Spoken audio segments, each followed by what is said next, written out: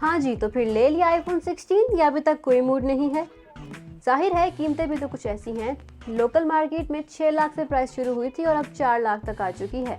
So finally काफ़ी हफ्तों के इंतज़ार के बाद पाकिस्तान में ऑथराइज्ड डिस्ट्रीब्यूटर मर्सेंटाइल ने नए आईफोन की प्राइसेस का ऐलान कर दिया है। ये फिजिकल और ईसी मॉडल्स हैं और पीटीए अप्रूव्ड हैं। मर्सेंटाइल के मुताबिक आईफोन 16 की प्राइस 3,69,000 है, आईफोन 16 प्लस की प्राइस 4,07,500 है, आईफोन 16 प्रो की प्राइस 4,60,000 है और आईफोन 16 प्रो मैक्स की प्राइस 5,40,500 रुपये है। चलिए मिसाल के तौर पर मैंने अपने 15 प्रो मैक्स को 16 प्रो मैक्स पे अपग्रेड करना है और मर्सेंटाइल पर इसकी प्राइस आ रही है 5,40,000 रुपये तक और एप्पल की ऑफिशियल वेबसाइट के मुताबिक 16 प्रो मैक्स की प्राइस है $1,200 जो कि पाकिस्तानी 3,30,000 रुपये तक बनती है।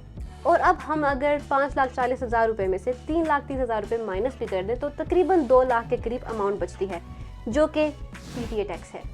एप्पल कम्युनिटी पाकिस्तान और वॉइस ऑफ कस्टमर के फेसबुक ग्रुप्स के मुताबिक आईफोन 16 खरीदने वाले सारिफिन ने ये स्क्रीनशॉट्स शेयर किए हैं जिनमें वो दावा कर रहे हैं कि आईफोन 16 प्रो मैक्स पर उन्होंने CNIC पर 2,13,000 तक पीटीए टैक्स दिया है और पासपोर्ट पर इन्हीं सारिफिन का दावा है कि उन्होंने 1,80,000 तक आईफोन 16 प्रो मैक्स का पीटीए टैक्स दिया है।